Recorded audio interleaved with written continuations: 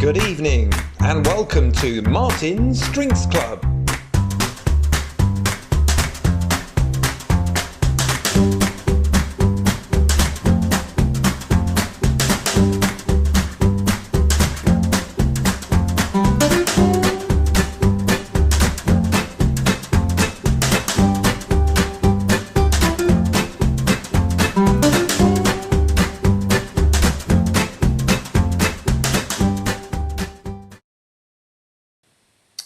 Yes, good evening and welcome to another of Martin's Drinks Club. I'm Paul, your host from Word Gets Around. A little bit about Martin. Martin achieved his first professional drinks qualification in 1973 and has continued to keep pace with the industry developments ever since.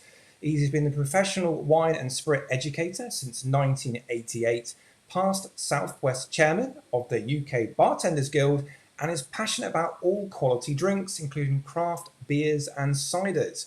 Now he's a resident in Taunton. Martin is keen to share his knowledge with local enthusiasts. Thank you to Martin for his contribution to our magazine, Word Gets Around magazine, where Martin writes a wonderful feature, a cocktail each issue that you can make at home. Please feel free to comment as we go along, and hopefully we'll have some time at the end for Martin to answer your questions. So if you've got some great questions, please post them in the comments and I can put them to Martin at the end. Nobody stumped him yet, so hopefully you've got a question that can test Martin's knowledge. So Martin, are you there? I am, Paul. Hi. Good evening. Hello. Are you okay? I'm just fine, Paul. Thanks very much. Excellent. Well, I just remember I've got to do one little thing I wanted to mention to people. 1 second, Martin.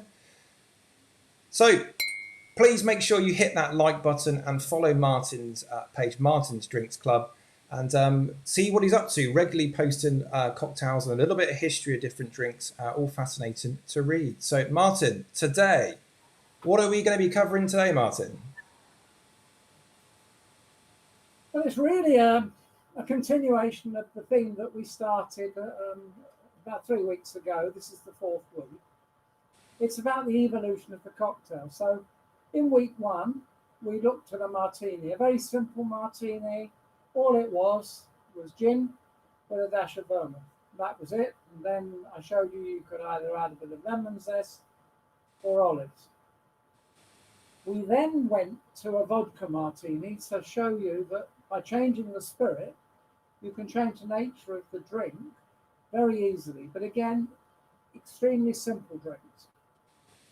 Last week, we went to the amazing Vesper Martini, as featured in the film Casino Royale and in the book. So we've actually now seen what a martini is. So the next stage that I'd like to take you through is what came before the martini. Because there's another drink before that called the Martinez, which is a very old drink. But Christmas is coming. So there are many different kinds of Martinez cocktails because it's evolved over the years. But the classic is the same basic ingredients as Martini, except it's much sweeter because it devolves on sweet red vermouth rather than white vermouth. So that's the basic fundamental difference of the drink. Now, you've all seen me mention in the previous editions, and I'll show it again, this wonderful book called The Joy of Mixology. Thank you, Paul. The Joy of Mixology by the late Gary Regan. Now, Gary died at the age of 68 from cancer last year. Tragic. He was a Brit. He came from Lancashire. He went to the States. He was a barman who was much admired and then became a drinks educator. I mean, he's a real character. And he wrote this amazing book quite a long time ago, it's nearly 20 years ago, called The Joy of Mixology. And what I love about this book is it explains how all the different cocktails fit together. And if you want to buy yourself a present for Christmas, or you want to buy a present for a friend or a member of your family who loves cocktails, this is the book that so many professional bartenders use because it's so simple. There are books like Gifford's Guide, which is behind me, which have 3,000 cocktails. a classic in its own right again. That's just come out again this year. And that again is a great buy because they show a photograph of every single cocktail in that book, 3,000 cocktails. And if you want to understand the structure of how cocktails fit together, this is the book. Now, in this book, the latest edition came out just 2 years ago in 2018. Gary Regan said that the best Martinez he'd ever tasted was the one made at the Connaught Hotel. Well, it wasn't when he first tasted it, but the man who made it had subsequently moved some years ago to the Connaught. And this bartender in question, Ago Peronne, or Ago for short, is renowned in the bar world. So much so that this year, the Connaught Hotel bar, only just a few weeks ago, was awarded #1 in the top 100 bars of the world. Now, that is an amazing achievement. He's very creative, but he is not just the barman anymore. He's the director of Mixology, this fancy title, but he's responsible for motivating the team of the most amazing bartenders. Now, if Gary Regan said that the best Martinez he'd ever tasted was this one, I don't need to go anywhere else. That's the Martinez I wanted to make some months ago when I first got the book and I read about this cocktail. Why I say it's a cocktail for Christmas, what I've done so far has been pretty inexpensive. I mean, you buy a bottle of gin, you can use a bottle of gin around about £20–25. The vermouth's not costing very much. A bit of lemon's not costing anything. So basically, those drinks have been very inexpensive. This is in the luxury hotel category. If you went into a London bar for this cocktail, you'd be paying £20 plus. The ingredients in it are not cheap. Well, as it's Christmas time, I want to take you out of my normal comfort zone of very simple but very nice cocktails to something rather special. Now, the Martinez, as I said, goes back to the 19th century. But what goes into it this evening are products that are much older than that. The first thing is, it's a precursor to Martini. Therefore, as you might expect, gin was the base. But this one, not just any gin, this is a very special gin, and one we should all be proud of. This is Plymouth gin, but it's Navy strength. It's 57% alcohol by volume. It's strong.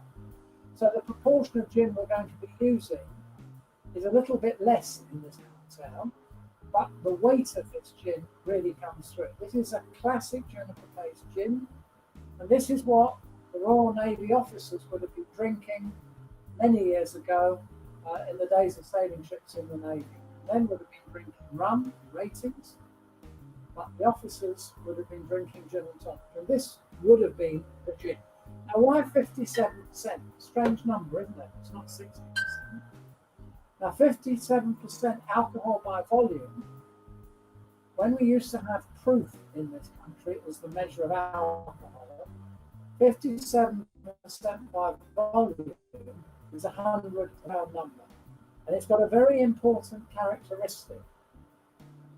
That is the degree at which gunpowder will burn. And that, for safety reasons, they could do a test with this gin because the point at which it would ignite was the same as that for gunpowder. So it was a test. And they had to be very careful in those days, of course, with cannonballs rolling around ships and having gunpowder, which if you had a light of some sort, virtual match, obviously the whole thing could explode. So they had to be very careful. So that is Plymouth Gin. Now, Plymouth Gin was established in 1793. So we're not even in the 19th century, we're actually going back to the 18th century. It was always between a Dutch gin and a London dry gin in terms of the texture. It was halfway to being a Dutch style gin. It was taken over some years ago by a company called Connaught Hotel, French company. They wanted to enlarge their market over the world, so they changed it slightly. There's a lot of controversy about this, but until they got involved, you could only make Plymouth gin in Plymouth. It was a protected name, and they've done away with all that. And it's just a gin that now really could be produced anywhere. But it is, in fact, still produced as well at the old distillery in Plymouth, which is a great visit. So that's the Plymouth gin. The next ingredient that goes into it that's really, really important is the vermouth. We're still in the realms at the moment of the principle of the Martini, except we've now moved from the white vermouth, which was much drier, to red vermouth, which was sweeter. Now, under Ago's recipe, not just any vermouth, this is Punta Mer. This is a classic vermouth produced by a company called Peronne in Italy. Peronne actually was established in 1786, so about the same time as the Plymouth gin, which I think is a rather nice touch. Now, I've been in love with this vermouth for the last 40 plus years. Many years ago, you may recall, we used to have a wine fair in Bristol. And on the bridge by the harbour, just outside the wine fair, there was a stand there, and the guy was actually giving out samples of this wonderful liqueur. Vermouth, not liqueur. And I loved it. It's different because it's bittersweet. I always described it as halfway between something like a Martini sweet and Campari in terms of bitterness. So it's not a bitter, but it's more bitter than most other vermouths. And it got its name for a very lovely reason. What happened was, Punta Mer means point and a half. And it comes from Milan. And Milan had a stock exchange. One of the customers came in one day, and he wanted the straight vermouth with added bitters. And the thumb meant he wanted the vermouth, and the half meant the bitters. So basically, 2/3 of the drink roughly was traditional vermouth, as Campano were making, and then they added bitters too. Point and a half stock exchange term, which was a nice touch. So again, we now have two iconic products: Plymouth gin, navy strength, and we have Punta Mer, which, as I say, I love. Now, not everybody likes it. I like it just served on ice with a slice of orange, very refreshing. It's very sad that most Italian restaurants around this country don't sell it, because that's always my preferred drink. What I never knew was I'd been selling it for many years of my life back in the 80s. So those are the first two drinks. Now, there are two other drinks that go into the cocktail.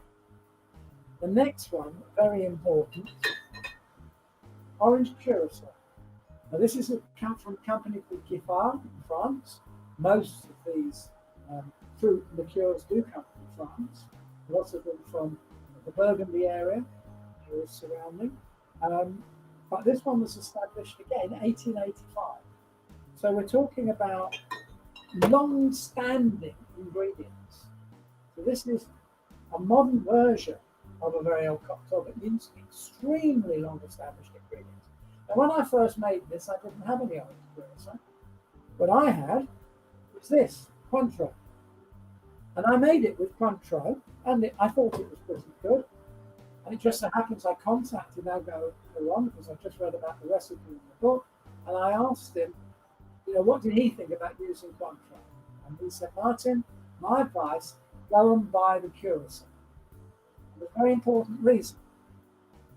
Cointreau, not only is it more expensive, not that that would have worried the Connaught, but it's 40% alcohol. This, I think, is about 25% alcohol. So this is much less alcoholic, but it's got a very pure orange flavour. The Cointreau is just too complicated in terms of all its components.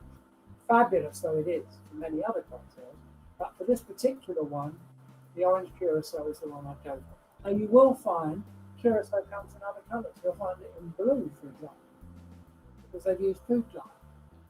But basically, curacao is an orange liqueur that comes from the Caribbean. And lastly, a little of another liqueur made from maraschino cherries. This is from an Italian company called Luxardo. Luxardo was established in, again, 1821, a long time ago. So again, an old, very well established ingredient. Now, they don't mention garnish in the recipe, but what I do is I would with, say, Manhattan.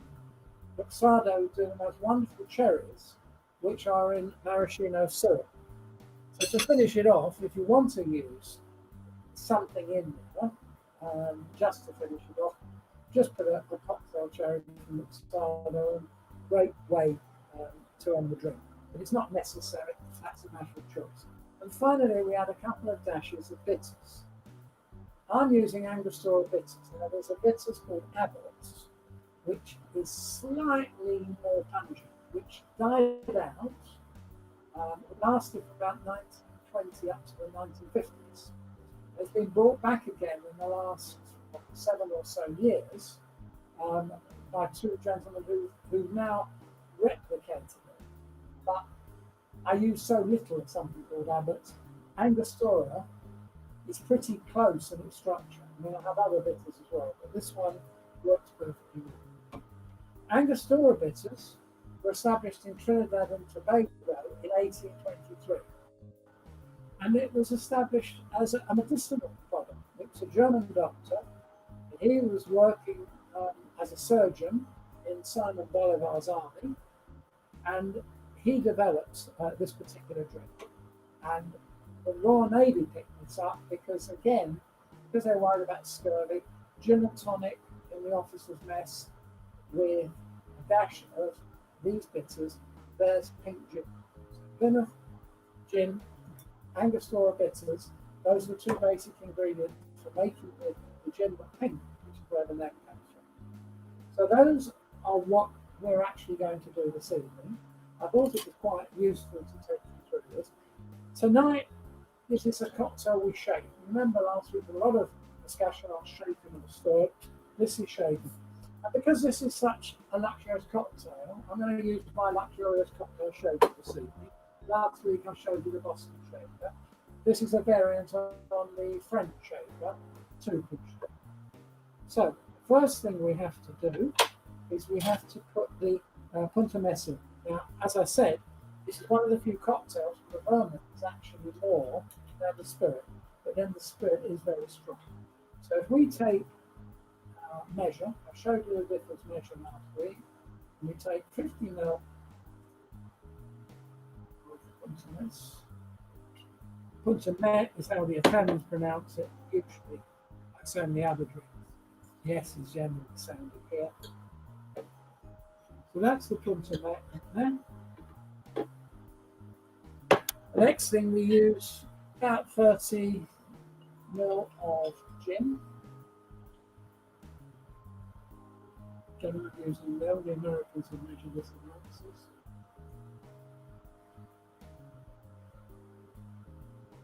So that's our gin.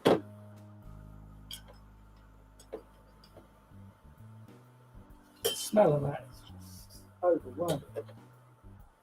Right. We put the two big ingredients in. The rest are tiny but make a huge difference. So the next in order is the orange curacao. It's 7.5 ml. There's no sugar syrup in this, by the way, because the vermouth is already sweet. We're adding a little bit of add a little bit of depth. Right, so that's our orange element from the curacao.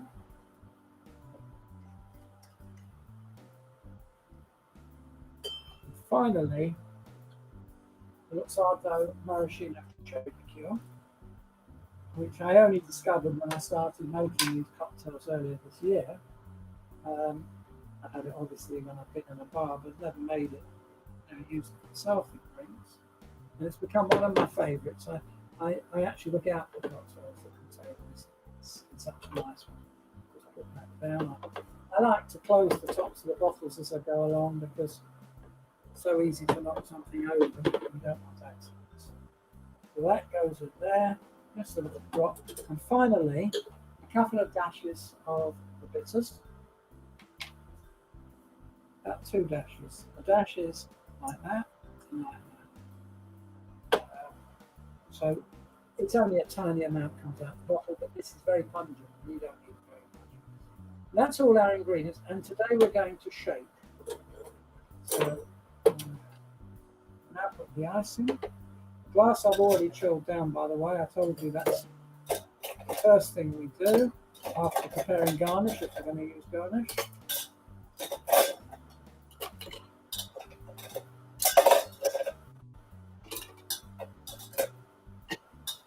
Plenty of ice. The important thing is that when we shake, we want it very cold.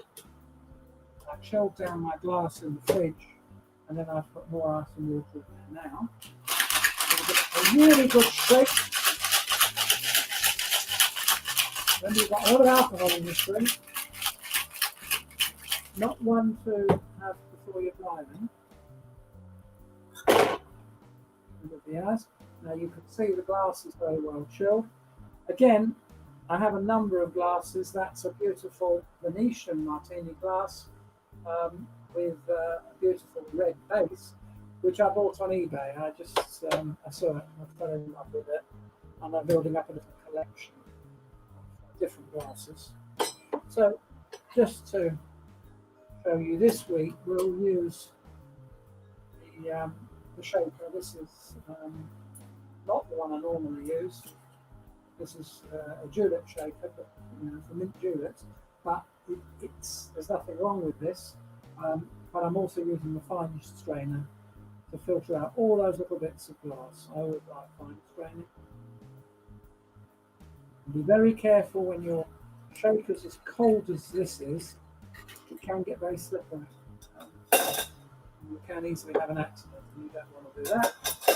So the last thing we do is the cherry. Now, cherry juice is very sticky. I use this is actually for olives I bought many years ago. But you see that gets our cherry out nice and neatly. Pop that in the glass. I'm not bothering with the cherry stick. Basically, when we get to the end of the drink, it's easy enough to get the cherry out. And that, I think whether you can all see that, that is the Martinez by Peronne. My hand's a little bit shaky. I'll just put that there. That's the Martinez by Peronne. Paul, over to you, and any questions. Excellent, well done, Martin. Another great cocktail there. I say quite a strong one then, like you said, not quite potent with the percentage on that one. I was quite shocked by how strong it is. The danger is you don't notice the strength in a good cocktail because the alcohol is just melded with all the other things. So I just say beware, because you're talking about gin at nearly 60% alcohol. That's a lot. When you think the Gordon's in 37.5%, this is a blockbuster. And then, of course, you're still adding your measure of Contenaire. Contenaire isn't too strong, it's about 18%. But even so, you're using a big measure of it. So you just need to watch that if you're driving. And it's one to make at home. And the whole theme of what we're doing is cocktails to make at home. But as I said, if you went into the Connaught Hotel, you'd be paying a hell of a lot of money for that drink. And it's not something, this particular version is not something that most people would have the ingredients for normally. You're buying in ingredients. And then once you've got the various liqueurs and so on, then you're looking for other drinks to make with what you've got, which expands your repertoire. Excellent. We've got a cracking question here from Bethan. So Bethan said, how does Martin think that a no-deal Brexit will affect our drinking habits if prices rise significantly? Does he think it will be a real boost for UK producers? The answer is I don't know. I don't think anybody knows what's going to happen. It's going to hit us in terms of exports because a lot of our Scotch whisky is going to France. They drink a lot of whisky in France and indeed in other European countries. It's very difficult to find alternative whiskies in the world, and I suspect the whisky drinkers, particularly the malt whiskies, they'll just pay the extra. But what worries me is a lot of the things that we buy in this country from Europe, what I'm using today. So all of this, Punta from Italy, the Cure, Mixology, that's Italy, Giffard is France.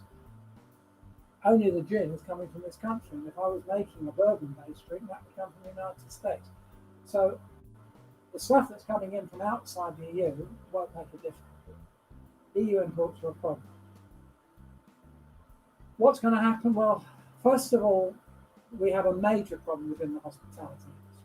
That's my biggest concern, because with this continued COVID and all the restrictions in Wales, if you go into a pub, you can't even buy a drink. You can buy food, but you can't, or in a restaurant, you can't even buy an alcoholic drink to go with it.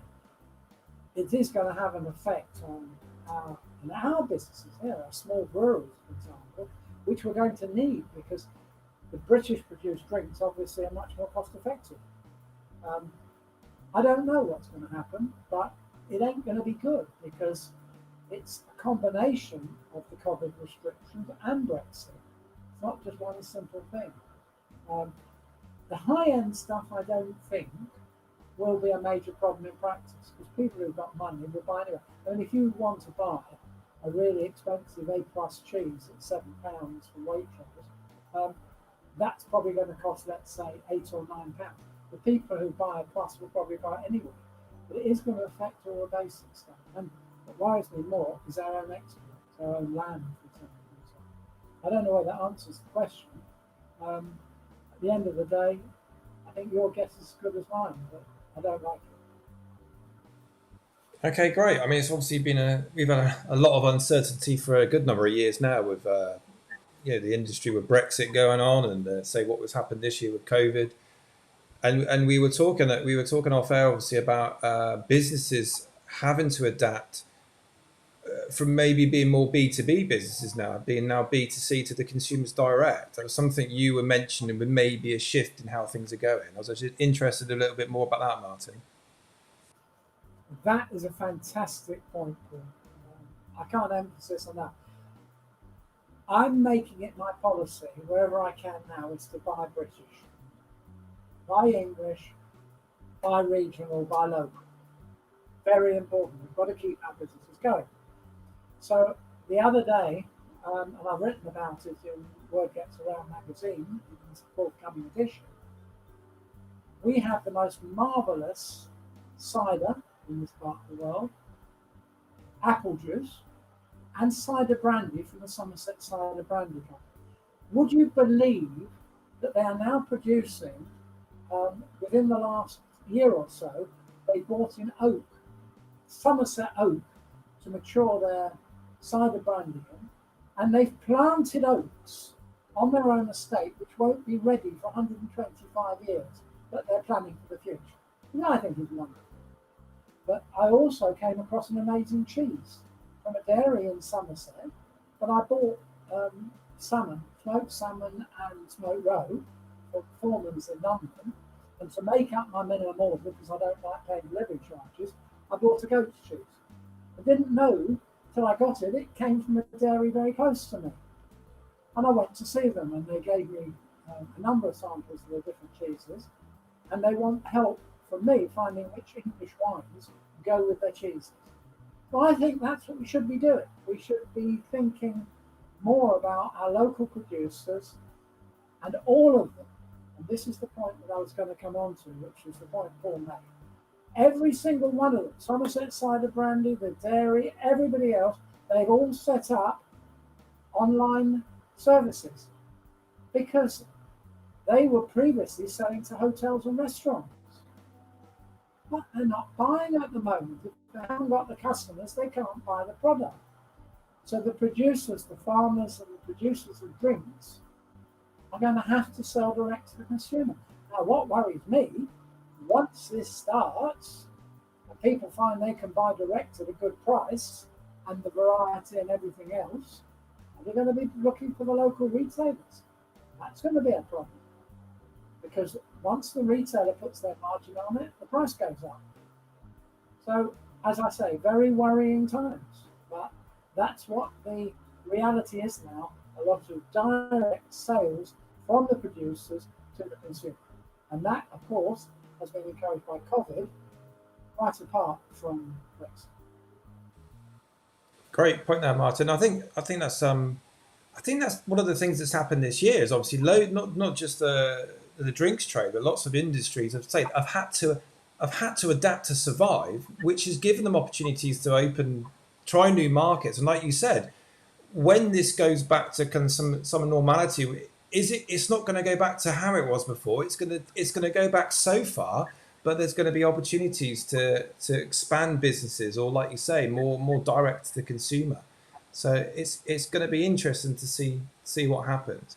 I've got another question. There's another question here from Clive. I hope I pronounced this right. What does Angostura consist of? Very good question. They don't tell us. Interestingly enough, there is such a thing called Angostura Park, and Schweppes do an Angostura tonic that doesn't come from Angostura. There are two names. Angostura is actually in South America, but the bitters actually come from Trinidad and Tobago, and it's a lot of herbs, wormwood, and lots of things which in medieval times would have been considered medicinal. So it's a lot of people, particularly kids, would hate this because it's intensely bitter. But when you add a little bit of these essences that they create to a sweet drink, it gives that extra element. But I don't know exactly what goes into bitters because it's a trade secret. I mean, we do know Peychaud bitters from New Orleans are sweeter than Angostura bitters. So and you get orange bitters as well. So there are different kinds of bitters, but essentially they're to give this extra note. So you've got the sweetness, which comes from a sweet drink or from sugar syrup. You've got acidity in some of the cocktails, which is coming from lemon. You've got alcohol, obviously. You've got the flavors within the base alcohol. You've got this wide palette of taste, to which you add a few drops of bitterness to then change even that completely. Now, the Italians love bitterness. You think about the fact if you're in Naples, you get a tiny cup of ristretto coffee, very concentrated espresso. You can stand your spoon up in the cup. The Italians love bitterness. The wines in Italy often have a bitter finish, which they love. And not everybody likes that. I mean, I do. I've just got that taste. I've got very European tastes, and I like that. Not everybody does. In answer to your question, it's basically spices and bark of tree and other things that maybe you wouldn't normally think of having for fine purposes. Excellent. Following on from your point from earlier on about buying local, Bethan's just agrees, saying Bethan says we definitely need to shop local and shop UK, and she's hoping that UK produced drinks will be more widely stocked so we can access them better. Which obviously is a very good point. And we've got a question here, another one from Clive, which kind of follows on really from the kind of, keeping things local in UK, but on a worldwide stage. So UK wines have won many awards in recent years. Where do you think we stand in the world when it comes to wines? Another outstanding question, Clive. I've been involved with English wines, and I stress English wines. We never ever refer to them as British wines, because British wine legally is imported grape concentrate and reconstituted it. Quite a different animal. So we talk about English wine, we talk about Welsh wine, and the organisation calls itself Wine GB. This is their promotion program. What do I think about English wines? Well, I've served on committees of what was the English Vineyards Association, then it became UK Vineyards Association. I served on committees in Hertfordshire, in East Anglia, and much more recently when I came here on the South West Committee. There was actually a Somerset branch. But, this is the but, what we're moving on to, and which are fabulous, are sparkling wines. Now, the microclimate in England over the last 20 to 30 years has got much more consistent. At one time, we had a problem only 3 years out of 10 did we get enough sun. But that's changed.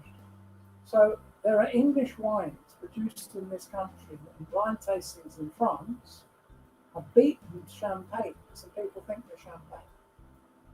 A good English wine should have a lovely flowery aspect in it, reminiscent of English flower. So the sparkling wine part of the industry is the one that is absolutely booming, because we found we can produce good Pinot Noir and we can produce good Chardonnay here. And even the Pinot Meunier, which doesn't even grow well in some parts of France, that grows well here as well. Sparkling wines, no problem. The English wine that I think is fabulous and has developed into an English grape, although it was originally a French-German cross, is the Bacchus.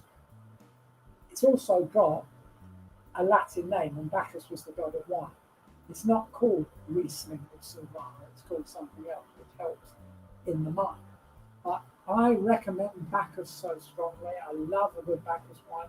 There's a wine in Norfolk, which amazed me, because I know the Norfolk climate for wines, and I've always thought it was too cold. They won the national award this year for the best English wine. Their Bacchus is absolutely amazing. Bacchus goes great with asparagus, and it's fabulous with goat cheese. So my big thing at the moment is Bacchus and goat cheese.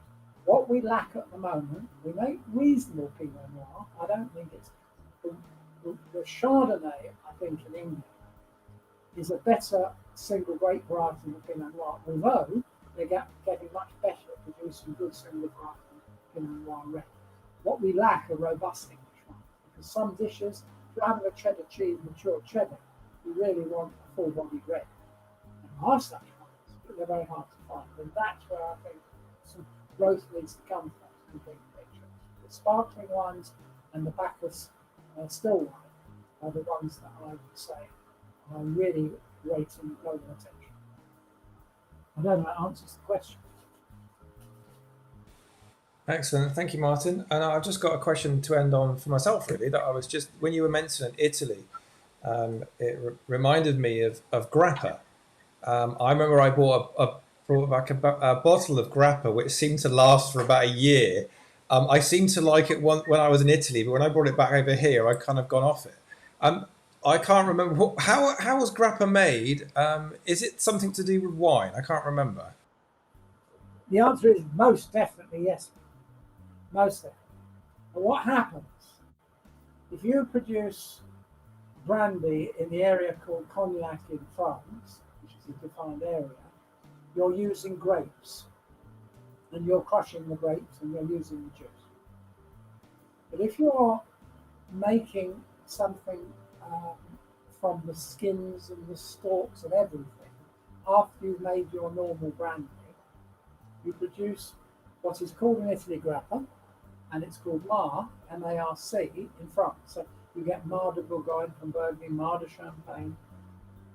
It's not only in Italy they produce it, they also produce it in Spain and Portugal. It is not particularly like here, but there are some fabulous grappas. There's one particular company that imports their grappas and liqueurs into England that I used to love. And it's just you can't find them in the shops, you have to buy them through specialists. And restaurants, of course, would start.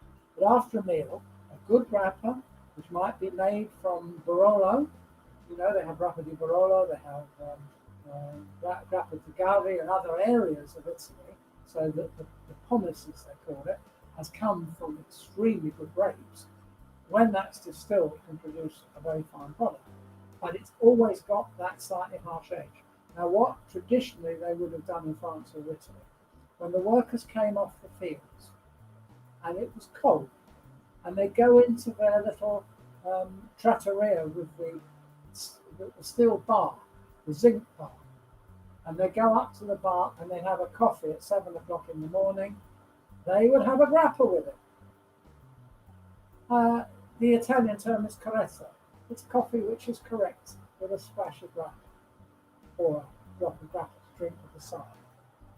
And it's great. I love it. As I say, it's an acquired taste. If you go to a little Portuguese restaurant in the High Street, the Upper High Street, they have some Portuguese grape brandy, which I often have, which they're amazed that I like it. It's only the local Portuguese that would normally drink. But it's good stuff for me. I like it. Brilliant, Martin. Thank you very much. Now I know. I was a long time ago that I bought some. And yeah, you say it's an acquired taste. No, I don't think I drank it how you're supposed to. Let's put it that way. Well, you don't dip it like a brandy. You tend to forget, but the aromas are amazing as well. You forget this. Excellent. So we're going to finish up there. So this is the last show of this year. So next year we're looking for obviously more. If people are interested to sponsor, or if they're looking to get involved, talk about more drinks and food and drinks locally. We're quite keen to that, aren't we, Martin? Also do something for local charity. Is that right? Yes, it's on my website. The charity that I dearly want to support. So I take no money out of this at all. I do this purely as a community effort. If people like what they hear, the Taunton Food Bank to me is the most appropriate charity, particularly when we're enjoying ourselves, eating and drinking. Think of those who are less fortunate. They will publicise these sessions. They're more than happy to do that and just passing information on to them. So I've agreed with Paul, we'll continue supporting the charity into the new year. I also just wanted to say one last thing about what we're going to do next time, because we've been basing our cocktails so far on gin and classic cocktails. So I'm going to take you through 2 or 3 weeks of a little bit more gin-based cocktails, but more adventurous ones. You've had one this evening. Next week I'm going to talk about 2 cocktails. I was going to do it separately, but I'll do it together. The Americano and the Negroni, both of which have a common base. The red light Martini the following week, which is a great drink. Comes from the red light district of Amsterdam, and that's another story. And finally, a very popular one, the espresso Martini, which is a great drink, and which coffee liqueur you use is very important as well to that. And then after that, we'll go on to other spirit bases and start to expand the repertoire of drinks. But by that time, you'll be more familiar with what goes into the basic classics. Thank you, Paul. Brilliant. Well, thank you so much, Martin. I'll see you, chat to you before Christmas. But thank you to everybody that's supported us so far. Looking to develop Martin's Drinks Club. The magazine, you've already sent in the latest of our magazine. There's going to be another cocktail in there for you to make at home. So thank you, Martin. I'm sure if people obviously have got any questions about drinks, they can message you on Facebook in the meantime. Maybe they're getting their drinks in for Christmas. Maybe got a few questions. So of course they can. Always happy. Wonderful. All right, Martin, I'll speak to you soon. Thank you for watching, everybody. All the best. Take care. Bye all. Have a good Christmas. Bye, Martin. Take care. Bye.